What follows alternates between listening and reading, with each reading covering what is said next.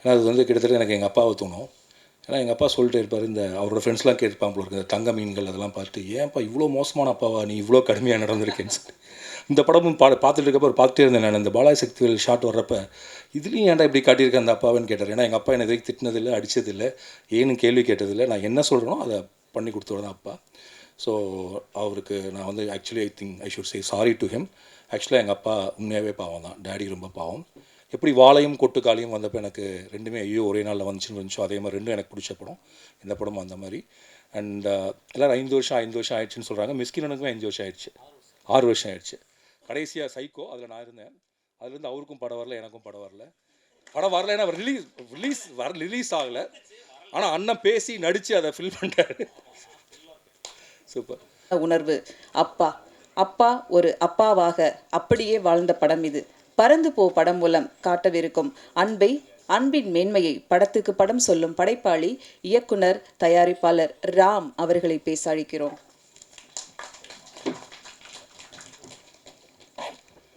அனைவருக்கும் வணக்கம். நிஜமாகவே என்ன பேசுறதுன்னு தெரில. எல்லோரும் சம்பிரதாயமாகவும் அன்பாகவும் ரொம்ப பேசிட்டாங்க. நிறைய போய் சொல்கிற ஒருத்தன் தான் நான். மேபி மாரி செல்வராஜ்கிட்ட சொல்லியிருக்க மாட்டேன்னு நினைக்கிறேன். அண்டு எல்லா ஃப்ளாவும் உள்ள, எல்லா குறைகளும் உள்ள ஒரு சாதாரண ஒரு ஹியூமன் பீயிங் தான் நான். ஸோ 10 அசிஸ்டன்ட் ரைட்டர்ஸ் பிடிச்சின்னா 2 அசிஸ்டன்ட் பிடிக்காமல் இருக்கிறதுக்கும் வாய்ப்பு இருக்குது. இப்படி எல்லாத்துக்கும் ஒருத்தர் எப்படி நல்லவராக இருக்க முடியும்?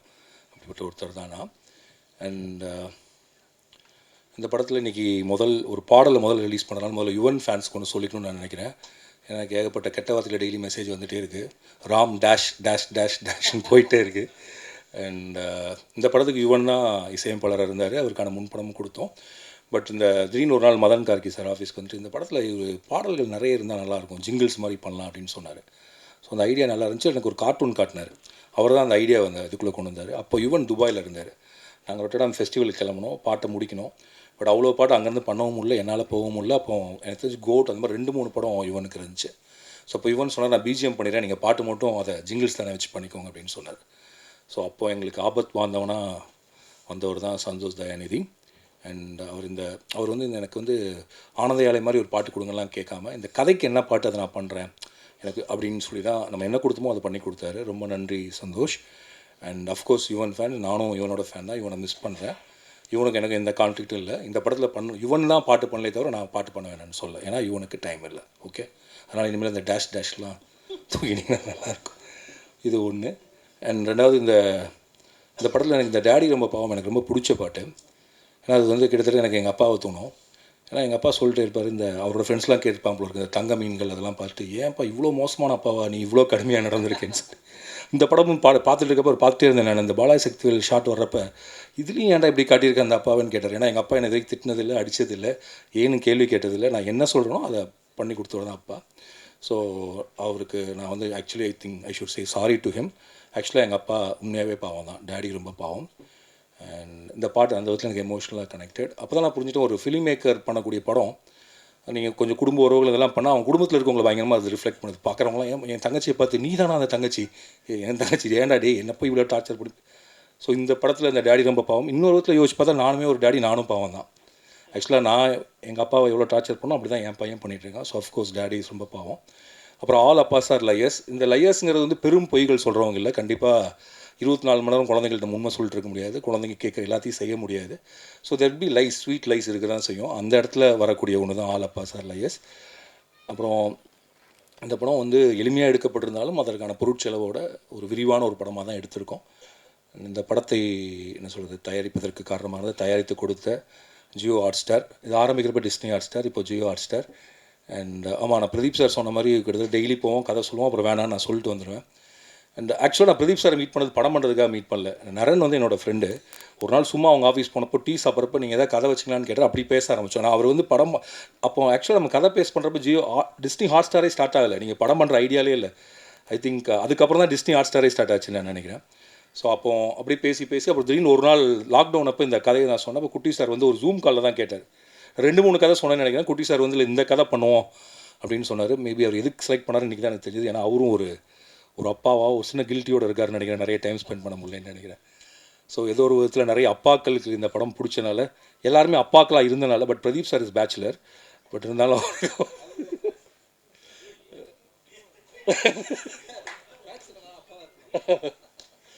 அண்ட் எனக்கு ஹாட் ஸ்டார் போகிறப்பலாம் பயங்கர கம்ஃபர்டபுளாக இருக்கும். இப்போ வந்து நான் மித்த கார்பரேட்குள்ளே போனதில்லை. ஆனால் இங்கே போனால் ஒரு குட்டி சார் எப்போதும் சிரிச்சிட்டே இருப்பார். அவர் மேலே கோவமாக இருக்காரா வருத்தமாக இருக்காரா, ஆனால் ஆல்வேஸ் ஸ்மைல்ஸ். நம்மளுக்கு அவரை பார்த்தா ஒரு எனர்ஜி வந்துடும். ஓகே, ஒரு பயங்கர ஹாப்பியான பர்சன் தான். நம்ம கம்ஃபர்டபுள். பாலா சாரை பார்த்தா எப்படி இருக்கணும், அந்த சித்தப்பா பெரியப்பாலாம் இருப்பாங்கல்ல, அவர் குரலுமே அந்த ஒரு பேஸ் வாய்ஸில் இந்த ஊர்ல எல்லாம் வந்திருப்பாங்க கிளம்பி திருநெல்வேலியிலேருந்து, அந்த மாதிரி வந்து சித்தப்பா மாதிரியாக இருப்பார். And Pradeep sir is like என்ன சொல்கிறது, என்னோட க்ளோஸ் டியூட் படி. அண்ட் அவர் வந்து 7 கடல் 7 மலையிலையும் எனக்கு வந்து நிறைய கருத்துக்கள் சொன்னார், இந்த படத்துலையும் சொன்னார். எனவே பிரதீப் கேமி இந்த ஏன் இப்படி பண்ணலாமா அப்படிங்கிற இன்னொரு ஆல்டர்னேட்டிவ் ஜேர்னரை அவர் தான் புஷ் பண்ணார். நீங்கள் ஒரு ஃபீல் குட் பண்ணுங்கள், ஹியூமர் பண்ணுங்கன்னு புஷ் பண்ணி தான் இந்த படத்துக்கு வந்தோம். அண்ட் எனக்கு சிவா சாரை வந்து, நானும் சிவா சாரும் சினிமாவுக்கு வந்து ஒரே வருஷம் 2007, கட்டது தமிழ், சென்னை 28. அப்போ இருந்து எனக்கு சிவா சாரை தெரியும். அண்ட் நாங்கள் ஒரு படம் ஒன்றும் பல தடவை பேசியிருக்கோம். பட் அதுக்கான கதை இப்போ தான் அமைஞ்சுது. அண்ட் இந்த படத்தில் நடிக்கிறப்ப எனக்கு என்ன தோணுச்சுன்னா, நான் நிறைய ஆக்டர்ஸோடு ஒர்க் பண்ணிட்டேன். ஆனால் சிவா சார் கேமரா முன்னாடி இருக்குங்கிறது தெரியவே தெரியாது. எவ்வளோ பக்கத்தில் வச்சாலும் அந்த கேமராவை பற்றியான துளி பிரஞ்சையும் இல்லாமல், அந்த கான்ஷியஸ் இல்லாமல் பண்ணக்கூடிய, ரொம்ப ஈஸியாக பண்ணக்கூடிய ஒரு ஆக்டர். அண்ட் ஆக்சுவலாக அவர் ரொம்ப ஒரு அண்டர் எஸ்டிமேட் பண்ணி, அவரை நடிக்கவே மாட்டேன்னு பிடிவாதம் பண்ணி பல படங்கள் நடிச்சிருக்காருன்னு நினைக்கிறேன். அண்ட் இந்த படத்தில் உண்மையாகவே நான் என்ஜாய் பண்ணேன். அண்ட் கிரேஸ், நான் அவங்கள டான் கூப்பிடுவோம். ஏன்னா she is really a don. She write script, she knows music, she knows to dance. ஒரு பரதநாட்டியத்தில் she did BA. And so இப்போ அவங்க ஸ்கிரிப்டும் எழுதிட்டு இருக்காங்க. அவங்களுக்கு ஈஸியாக ஹியூமர் வரும். அண்ட் ஒரு சின்ன ஒரு மிடில் கிளாஸ் குடும்பத்திலேருந்து கிளம்பி வந்து சினிமாவுக்குள்ளே நுழைஞ்சு தனக்கான இடத்த தானே உருவாக்கிட்டாங்க. ஒரு ஹீரோயினுக்குரிய எந்த விதமான என்ன சொல்கிறது, ஹீரோயினுக்கு நம்ம சொல்லக்கூடிய எந்த இதுவும் இல்லாத, ஆனால் முழுக்க தன்னுடைய நடிப்பினால் நம்மளை வசீகரிக்கக்கூடிய ஒருத்தர். நான் வந்து இந்த ஸ்கிரிப்ட் எழுதிட்டு இருக்கப்போ அப்பன் ஒரு படத்தை பார்த்தேன். அந்த அப்பனில் ஒரே ஒரு ஷாட், அவங்க ஓடி வந்து அது ஆக்டிவ் ஆகாது, ஸ்கூட்டர் ஏதோ ஒன்று, அதில் பின்னாடி ஏறி உட்காருவாங்க.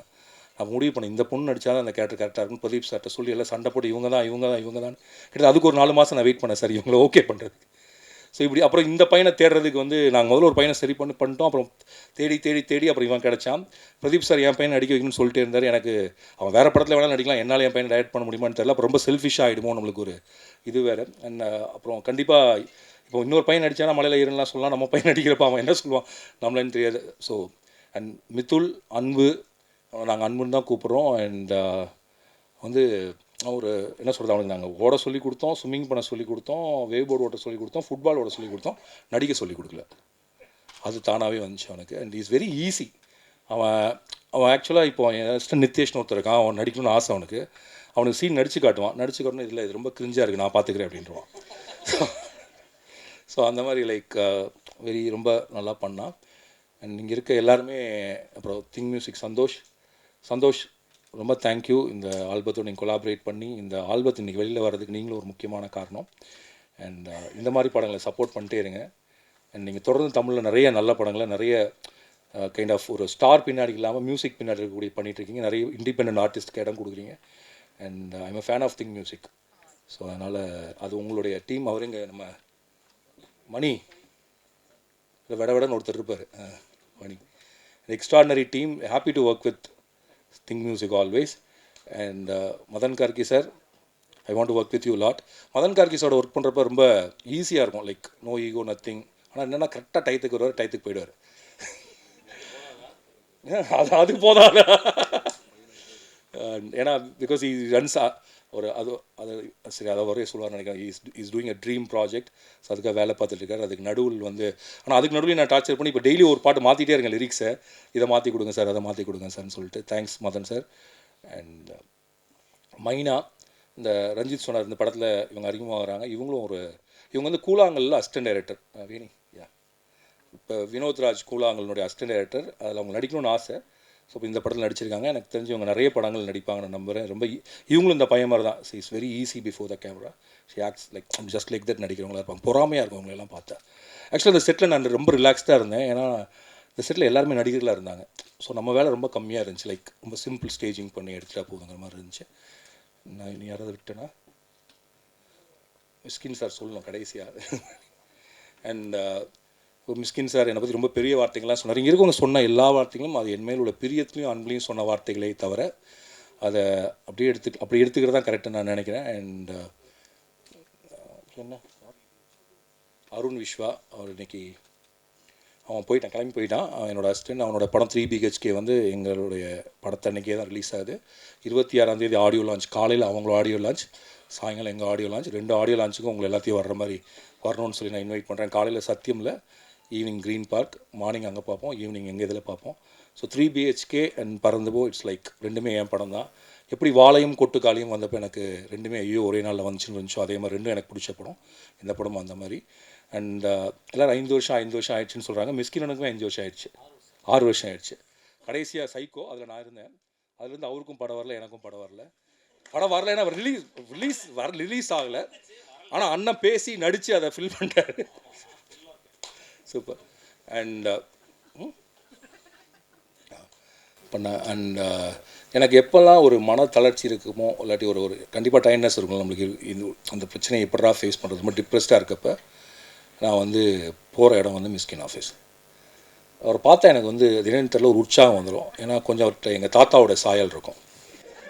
தாத்தானா வயசில் சொல்ல, சாயலில் அந்த பெரிய ஒரு பலூன். எங்கள் தாத்தா எனக்கு சின்ன வயசு ஞாபகம் இருக்குது. ஒரு இல்லை பலூன் தூக்கிட்டு எனக்கு இதெல்லாம் ஞாபகம் இருக்குது.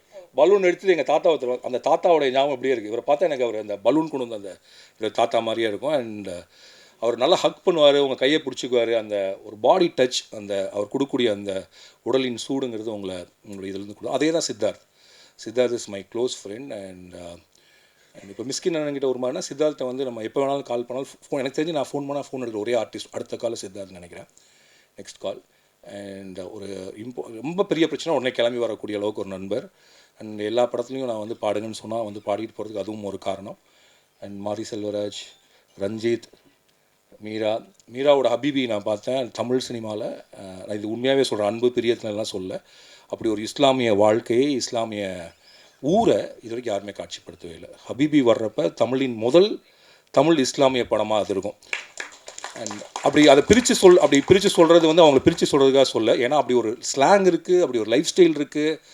அவங்க தமிழை இந்த மொழியில் பேசுவாங்கிறதே எனக்கு தெரியாது. ஸோ கிட்டத்தட்ட அவர் ஊரில் இருந்து, எனக்கு தெரிஞ்சு மீராவுடைய பெஸ்ட் அண்ட் ஃபஸ்ட் ஃபிலிம் தான். அவர் ஊரில் அவர் வாழ்ந்த வாழ்க்கையிலேருந்து ஒரு படத்தை எடுத்துகிட்டு வந்துட்டார். அண்ட் அது மீரா வந்து ஆக்சுவலாக ட்ரெய்லரே அப்படி சொல்லலாம். மீரா இஸ் டேக்கிங் அவரோட ஊரை நமக்கு அறிமுகப்படுத்தி வைக்கிறார். அதுதான் ஹபீபி. அண்ட் ஹபீபி நம்ம எல்லார் மனதையுமே அப்படியே என்ன சொல்கிறது, இணக்கமாக நம்மளை கொண்டு போவோம். And it will introduce a new slang, new life style to Tamil cinema. Thank you Meera for Habibi. And so Meera இருந்தாலும் சொன்னேன், இன்னும் நிறைய நல்ல படங்கள் நான் பார்த்துருக்கேன். அது தொடர்ந்து வரும்னு நான் நினைக்கிறேன். அண்ட் மிஸ்கின் நான் thank you sir, Bala sir, Kutty sir, Pradeep sir, marketing ma'am Abhilasha ma'am, and வந்திருக்க எல்லாத்துக்கும் நன்றி. அண்ட் மீடியாவுக்கு ரொம்ப நன்றி. And thank you. இதுக்கு மேலே வேறு ஏதாவது சொல்லணுமா? இங்கே அண்ணன் இங்கே போயிட்டாரா? சரி, சுரேஷ் நான் போயிட்டார். என்னுடைய நெருங்கிய கூட்டாளி, 7 கடல் 7 மலையோட தயாரிப்பாளர். அவர் எந்தளவுக்கு பெருந்தன்மைனா 7 கடல் 7 மலை எடுத்துட்டோம், பட் அதை ரிலீஸ் பண்ணுறதுக்கு சில சிக்கல்கள் ஆக்சுவலாக நாங்கள் ஜனவரி பிளான் பண்ணியிருந்தோம், மார்ச்சில் பிளான் பண்ணியிருந்தோம். நான் சொல்கிறேன், மார்ச்சில் பிளான் பண்ணியிருந்தோம். அண்ட் பட் அது சில விஷயங்களால் அதை ரிலீஸ் பண்ண முடியல. அதனால் நாங்கள் பறந்து போக்கு ப்ரொமோஷனே பண்ணாமல் வச்சுருந்தோம். அந்த படம் வந்ததுக்கப்புறம் அதில் ட்ரெய்லர் லான்ச் பண்ணலான்ட்டு. ஸோ பறந்து போன்னு ஒரு படம் எடுத்துருக்கேங்கிறத வெளில சொல்லாமல் வச்சுருந்தோம். அப்புறம் அண்ணன் சொன்னார், மார்ச்சில் என்னால் முடியல, நீங்கள் பறந்து போ கொண்டு வாங்க, அப்புறம் நான் வரேன் அப்படின்னு சொன்னார். இதை எல்லா ப்ரொடியூசரும் சொல்லுவாங்களான்னு எனக்கு தெரியல. ஒரு பிரதராக, நண்பராக, ஒரு கூட்டாளியாக இருக்கிறனால சொன்னார். அவருக்கு ரொம்ப நன்றி. அண்ட் அதுக்கப்புறம் இந்த படத்தினுடைய எடிட்டர் முதல்ல பேசினார், VS மதி. அவர் டைரக்டராகவும் வந்தான். எங்கூட வந்து பேரன்பு வந்து சூரிய பிரதமன் தான் எடிட்டர், வாழைக்கும் சூரிய பிரதமன் தான் எடிட்டர். அவனும் என் அசிஸ்டன்ட் தான். அவன் கடைசியில் டைம் இல்லாதப்போ செல்வத்தில் ஃபோன் பண்ணிட்டு, எனக்கு யாராவது ஒருத்தர் வேணும், இந்த ஏதோ ஒரு கியூபுக்கு கொண்டு போனுங்கிறப்போ ஒரு பையன் இருக்கா சார் அனுப்பிவிட்டான். அப்போ மதி வந்தான். அன்னையிலேருந்து இன்றைக்கி வரைக்கும் என் கூடயே தான் இருந்துகிட்ருக்கான். அவனுக்கு கல்யாணம் ஆகிடுச்சு. முதல்ல அவங்க அப்பா கேட்டார் எப்போ சார் படம் வரும்னு. அப்புறம் அவங்க அம்மா கேட்டாங்க, இப்போ அவங்க மாமனார் கேட்டாங்க, அப்புறம் உங்கள் ஒய்ஃப் கேட்டாங்க. படம் வருது, உங்கள் அப்பாட்ட சொல்லிடுங்க, ஜூலை 4 அவர் மருமகன் எடிட் பண்ண படம் வருது. மதி தேங்க்யூ. மதி இல்லாமல் லைக் இந்த 4 வருடங்கள் தாண்டி இருக்காரு. மதி தான் லைக் இந்த படத்தினுடைய கிட்டத்தட்ட இன்றைக்கி நைட் ஃபுல்லாக தூங்கலை. ஏன்னா இங்கே ரிலீஸ் பண்ணதுக்கு எல்லாத்தையும் தான் ரெடி பண்ணோம். அதனால தான் கண்ணு வந்திருக்கு, மற்றபடி வேறு எதுவும் இல்லை. மாதிரி thank you. And cameraman sir Ekambaram sir. And Ekambaram sir இன்றைக்கி இல்லை, ஷூட்டில் இருக்கார். வழக்கம் போல் எல்லா கேமராமேன் பிஸியாக இருக்க மாதிரி தான் அவரும் இருக்கார். அதனால் கலரில் நம்மளே பண்ணிக்கிறோம் டிஐலாம். அப்புறம் இந்த படத்தை ஜூலை 4 திரைக்கு கொண்டு வரக்கூடிய ரோமியோ பிக்சர்ஸ் மிஸ்டர் ராகுல், அவர் படம் ரொம்ப பிடிச்சிருந்துச்சு. இது வரைக்கும் என் படத்துக்கு வந்து ஒரு பெரிய ரிலீஸ் அப்படிங்கிறது கஷ்டப்பட்டே இருப்பேன். ஃபஸ்ட் டைம் என் கூட ஒரு கரெக்டாக ரிலீஸ் பண்ணக்கூடிய ஒருத்தர் கிடச்சிருக்காரு. And I hope you will take the proper theatres, will come to the proper screen நம்புகிறேன். அண்ட் அவரோட அவர் அவர் அவர் அது மட்டும் இல்லாமல் அவர் இந்த படத்தை பார்த்துட்டு கொடுத்த வேர்ட்ஸ், அவர் கொடுத்த சப்போர்ட், அதுக்காக அவர் எடுத்துக்கிட்ட அந்த எக்ஸ்ட்ரா எஃபர்ட், அது எங்கள் எல்லாத்துக்குமே ஒரு புதிய உணர்ச்சியை கொடுத்துச்சு. அண்ட் இதுக்கெல்லாம் தாண்டி இந்த படத்தினுடைய மிக முக்கியமான இன்னொரு ப்ரொடியூசர், என் அஸ்டண்டோட friend mister GK press production. அவங்க 3 பிரதர்ஸ், அவங்க 3 பேர் தான் அந்த படத்தை தியேட்டருக்கு கொண்டு வராங்க. அவங்களுக்கு என்னுடைய நன்றி. அண்ட் இதெல்லாம் தாண்டி நான் எதாவது சொல்ல தான் மன்னிச்சுக்கோங்க. அதோட முக்கியமாக அஞ்சலி வரப்போ அஞ்சலி சொல்லிக்கலாம். தங்க மீன்கள்லேருந்து என்னுடைய படத்தில் உதவி இயக்குனராகவும், இல்லை இந்த மாதிரி நிகழ்ச்சி நடக்கிறப்ப என் கூட வந்து நிற்கிற அமுதோன் கருப்பையா, அஞ்சனா கிருஷ்ணகுமார், அண்ட் அதுக்கப்புறம் இந்த படத்தில் வேலை பார்த்த என்னுடைய எல்லா அசிஸ்டன்ட்ஸ் அனைவருக்கும் நன்றி. வணக்கம். தானு சார் எனக்கு தரமணிக்கு அப்புறம் சுரேஷ் அண்ணா அறிமுகப்படுத்தி தான் தானு அறிமுகம். அவர் வந்து நான் சில சமயங்கள் ஒன்று தோணும் நம்மளுக்கு வந்து இவர்கிட்ட வந்து நான் 6 கதை சொல்லியிருப்பேன், அவங்கள்ட்ட சொல்லியிருப்பேன். இல்லை, அவரும் முயற்சி பண்ணார், என் கூட படம் ஒன்று எப்போது சொல்லிட்டே இருப்பார். பட் அது சரியாக அமைஞ்சு வரல. ஆக்சுவலாக இந்த நிகழ்ச்சிக்கு வந்து இன்றைக்கி தானே ஃபோன் பண்ணார், எங்கே இருக்க, ப்ரெஸ் மீட் வச்சுருக்கேன், நான் வரேனாரு. ஆனால் இல்லைனா அது ஆடியோ லான்ச்சில் சின்ன லெவலில் தான் வைக்கிறேன், அது எப்படி நான் இல்லாமல்னு சொல்லி அவரே கிளம்பி வந்தார். அந்த பிரியத்திற்கும் அன்பிற்கும் நம்பிக்கைக்கும் ரொம்ப நன்றி.